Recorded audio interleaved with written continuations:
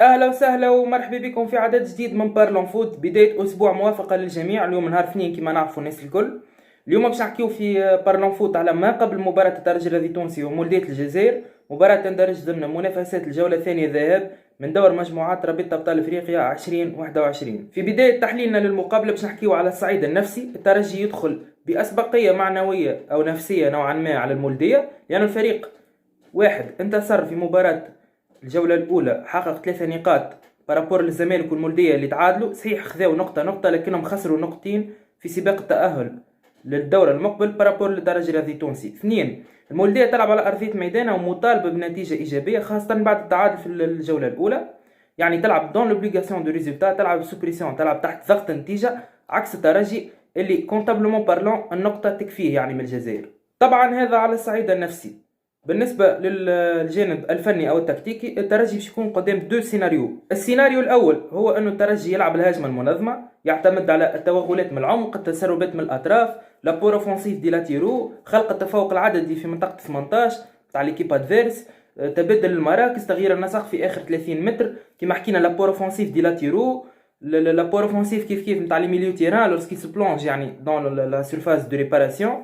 هذا كله دون لا نورماليتي دي شوز معناها ممتاز جدا بالنسبه للترجي. مي بالطريقه هذه الترجي باش يخلي المولوديه تلعب على نقطه قوتها، لان المولوديه اون ايكيب دو ترانزيسيون تستنى ليكيب ادفيرس، تحاول تدخل في لي دويل اتليتيك لي دويل فيزيك في وسط الملعب، تلعب المان تو مان برشا المولوديه، تفك الكره في منطقه وسط الملعب ثم تعتمد على ترانزيسيون يعني التحولات السريعه. كما نعرفوا بلال بن ساحه قادر انه يعمل لك لو شونجمون دو ريتم نيسيسير في 30 متر الاخرانيه. بالطريقه هذه المولوديه باش تلعب على نقطه قوتها، وباش يصير مع الترجي نفس السيناريو اللي صار مع مباراة النادي الصفاقسي. يعني النادي الصفاقسي فتح اللعب، لعب الهجوم في الجزائر، لكن المولودية استنى النادي الصفاقسي ولعب على التحولات السريعة وقلق برشا ديفونس النادي الصفاقسي. كما نعرفوا دفاع الترجي بالطريقة هذه باش يلقى صعوبات كبيرة. كما حكيت في مقابلة القروان انه دفاع الترجي ثقيل نوعا ما ينجمش يلعب. يعني لما يلعب كونتر اون ايكيب تلعب الترانزيسيون رابيد يتعب برشا ديفونس الترجي، لانه يلعب لا ديفونس افونسي معين شعباني 60 و70 متر على المرمى نتاعك وعندك ليني ديفونسيف تري لونت باش تتقلق برشا. السيناريو الثاني هو انه الترجي ينتظر المولودية، يعطيه الاستحواذ، يعطيه الكرة، لكنه يفرض عليه نسق لعب معين. يعني لما تعطي الاستحواذ للفريق المنافس وتغلق انت المساحات، ما فماش يعني ديفاي لا على مستوى العمق ولا على مستوى الاطراف، لي تروا كومبارتيمون يكونوا يتحركوا في 30 40 متر على اقصى تقدير، ما فماش يعني مساحات اونتر لي ليني والا على الاطراف.